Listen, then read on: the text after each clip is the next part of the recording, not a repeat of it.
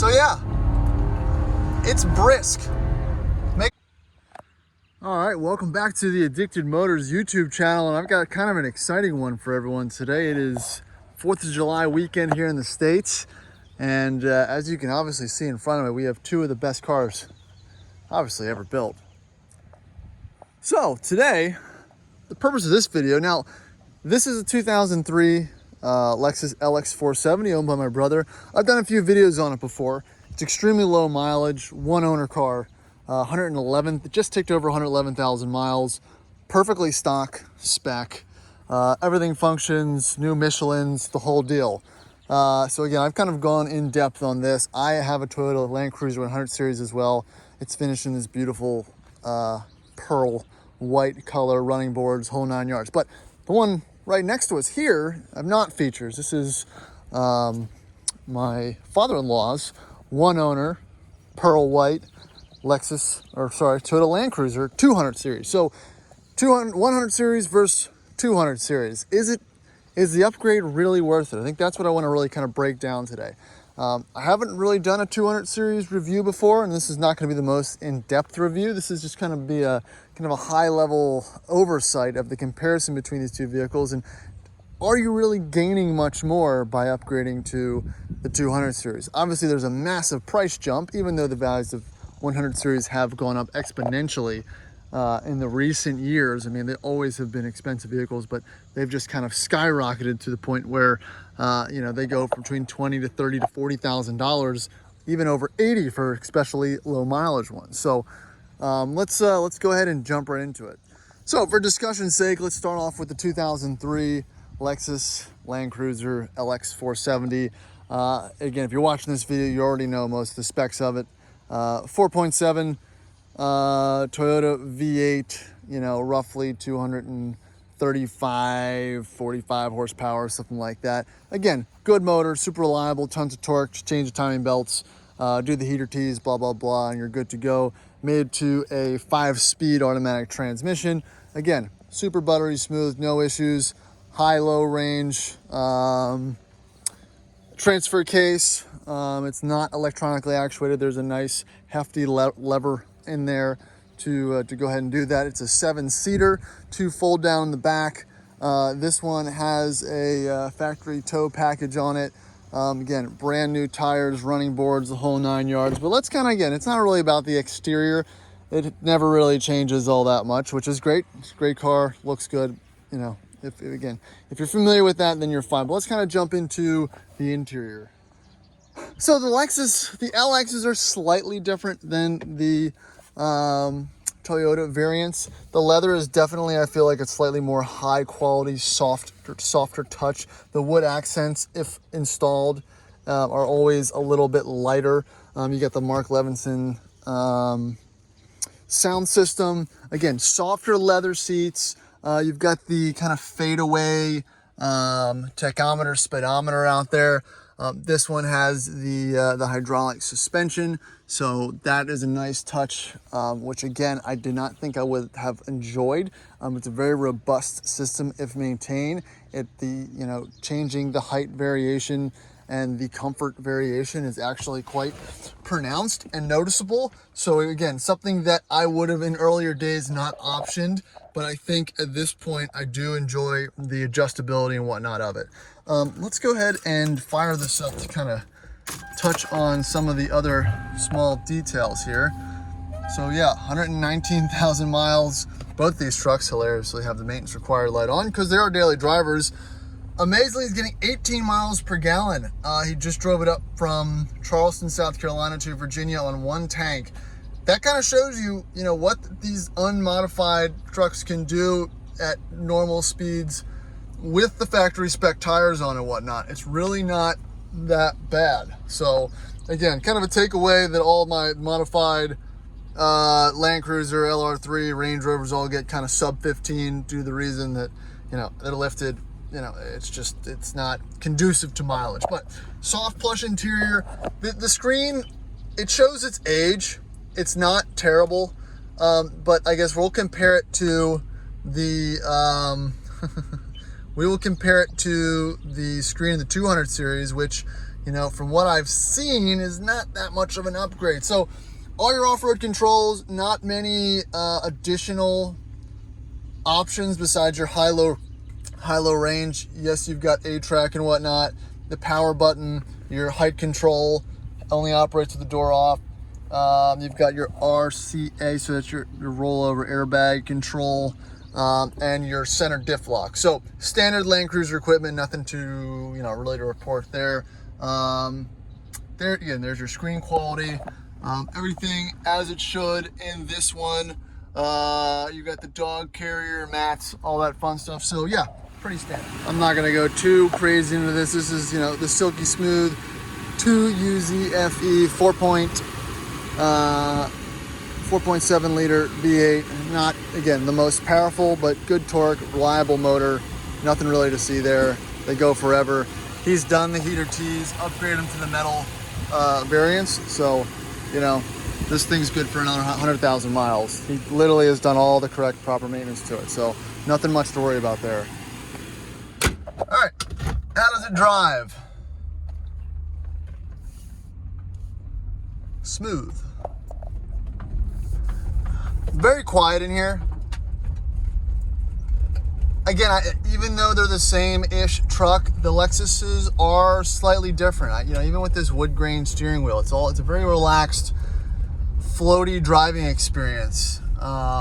Again, even with such low miles, it's, again, I've said it many times, it's a little washboard road.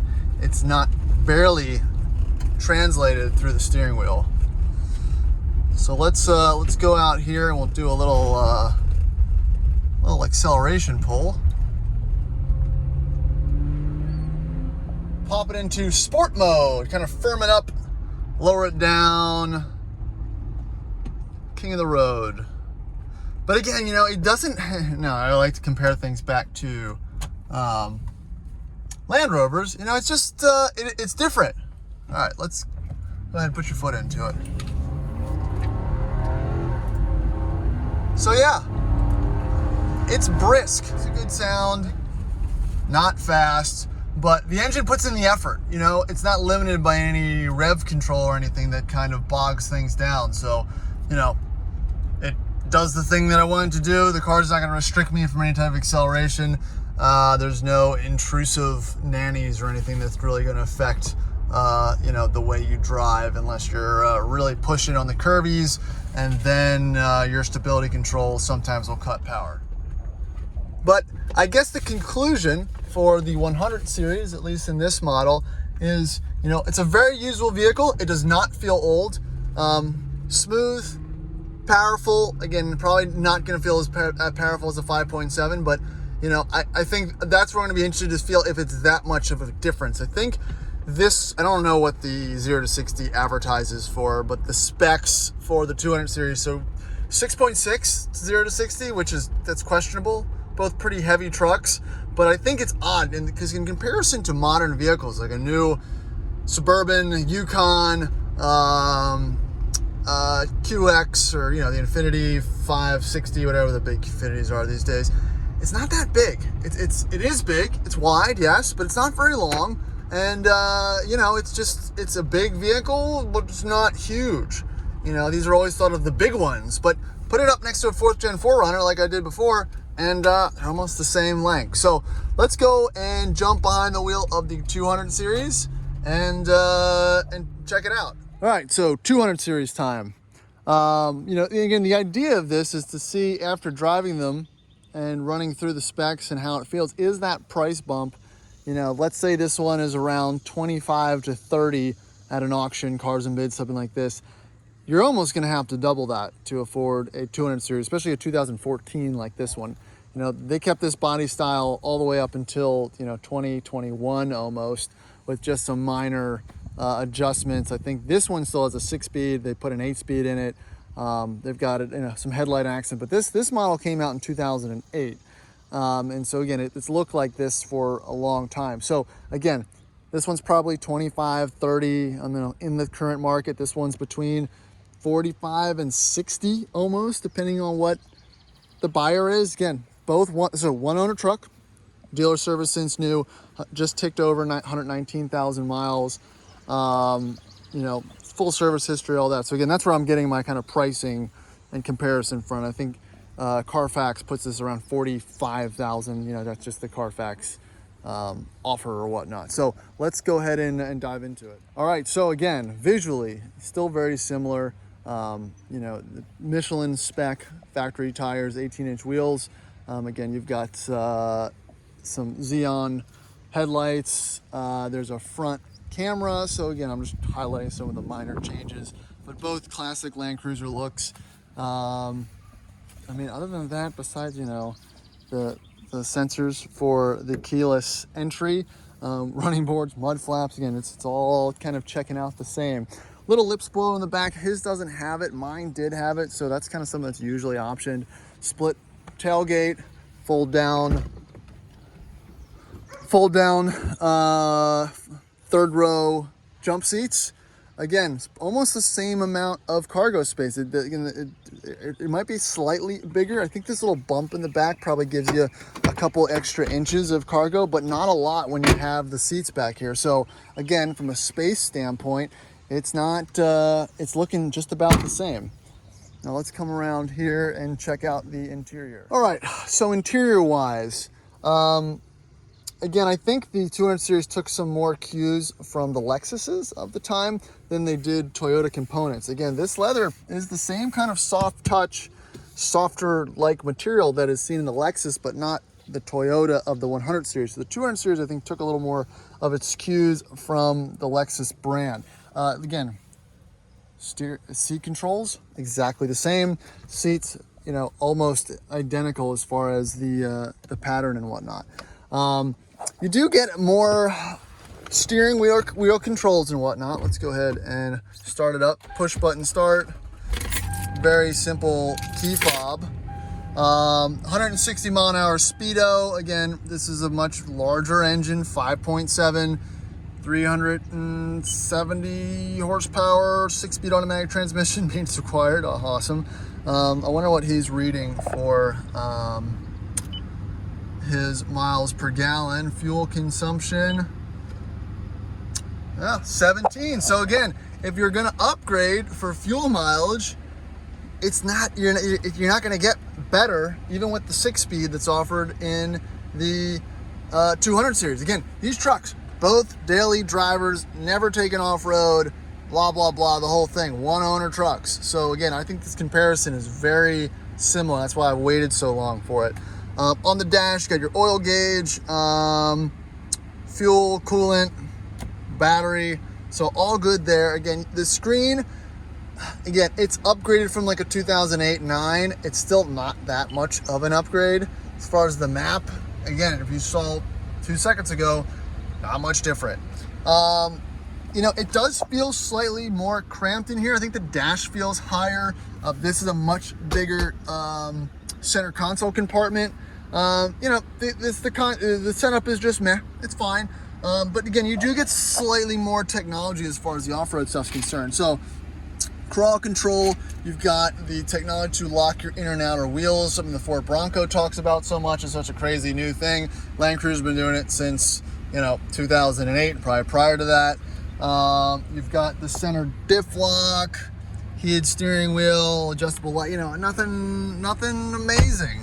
And again, it doesn't feel that massive in here, which is nice. It's not cramped at all. And I'm 6'1". And again, it feels fine. But again, if you're buying it for space and fuel mileage right now, I don't see much of an increase or a difference. All right, 5.7 V8, same variant as you get from the Tundra. Yeah, that's it. There's really nothing to be said about it. They don't have any major issues that are even worth talking about. So closing that chapter up. All right. Let's see how it drives. And again, this will be a first for me. I've not driven a 200 series in a couple years, and I've only driven ones that were modified. So let's see how a stock one does. All right, so this one's not on any type of adjustable hydraulic, air, anything like that suspension. So we're on coils. And again, so far, very similar. I do like the look of the hood, the two slightly more aggressive, I guess, bubbles in the front. The same type of feedback from the front end going over the corrugations. It's not much, but it's there. Again, both independent front suspension trucks. I do like the feel of the steering wheel. It's wood, but it has a slightly grippier feel. Okay, let's put the power button on just to adjust the shift points. Put my foot into it. And honestly, it feels very similar. That wasn't full bore. Let's kind of wait till I get up here. Brake feel. Ooh. A little more vague, I think, than the 100 series. And I'm trying to be as unbiased as possible as someone who's considered this for, as long as I've owned my 100 series. All right, definitely more punch off the line. And yeah, again, it moves quicker, but it's not that much noticeable. Again, you're putting power through all four wheels, through the diffs.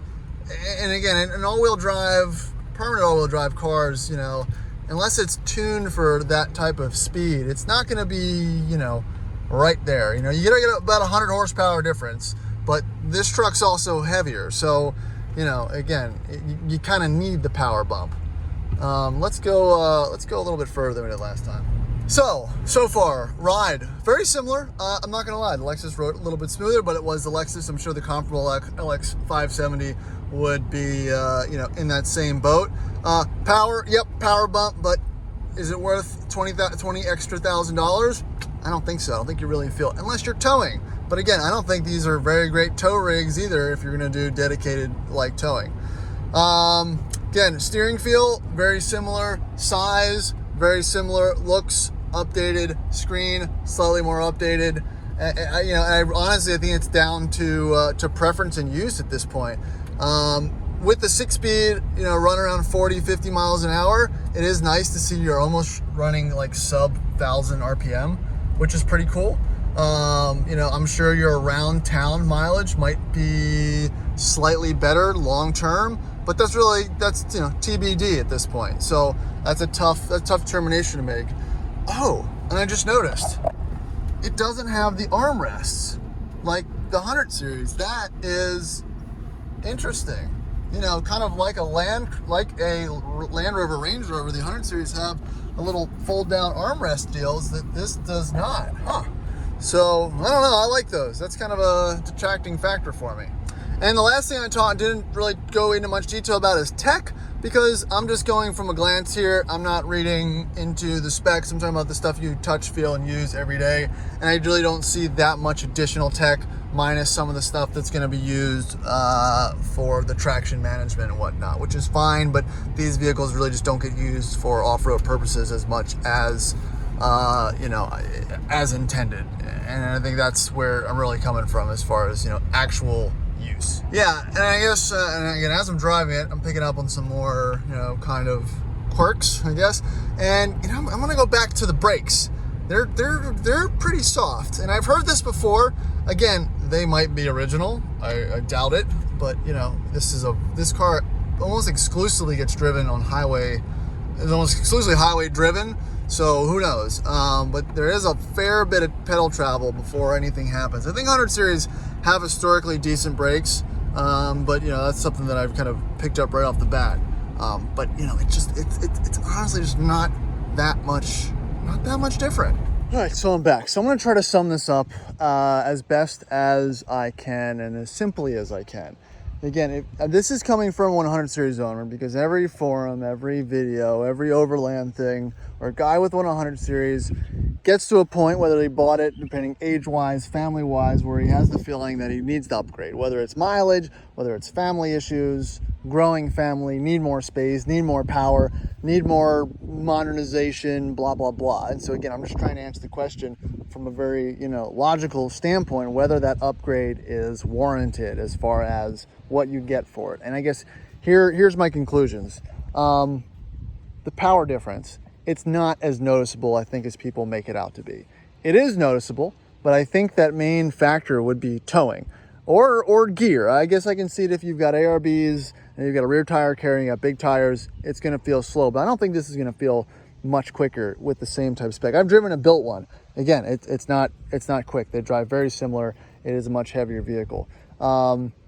Maintenance costs and everything, again, this is going to probably be slightly cheaper just because it's newer. That's not a very comparable thing. Interior space-wise, very similar. I feel like it is a little bit longer without looking at the specs, tiny bit more room, but other than that, it's not a $20,000 to $30,000 upgrade worth of difference.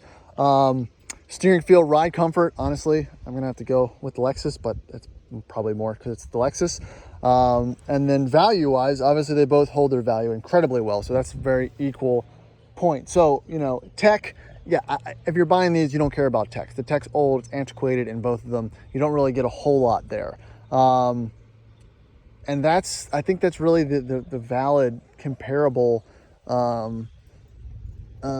metrics there. I mean, ground clearance, not stock height. 100 series is sitting a little taller.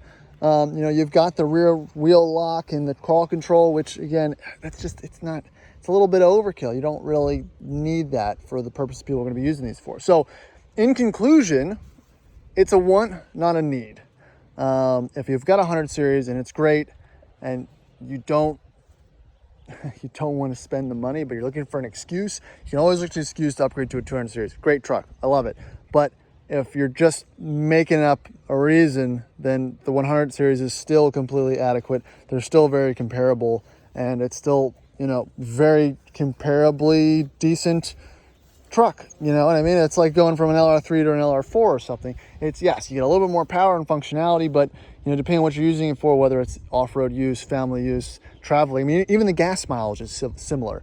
You know, I think a lot of people say, oh, doing it for the gas mileage, doing it for the power, the gas mileage. But that's not what you buy these for. So again, they're both extremely well built, best trucks in the world, both extremely boring to drive, which I think we can all conclude. So I know I'm rambling here, but you know, I think it's a very relevant factors here. So that's my conclusion. Again, if you've got the money, you want to do it because you want to do it, do it. But if you're looking for an excuse and your 100 series is fulfilling that, you know, it's going to be a little bit tough. I think it's a little more of an option if you've got a 98 or a 99 with the 4-speed and the slightly less powerful 4.7, then sure, there's a little bit more justification there. But you know, they're both trucks that are always trending higher in value, hold their value, extremely reliable, and have an awesome following. So that's all I got for these two. I hope this video provided you with some type of information that you didn't know before. That's the first time I've driven a completely stock 100 series, so you kind of got my off-the-cuff in motion opinion on it. So thanks for watching. Check out the rest of my videos and subscribe. Thanks.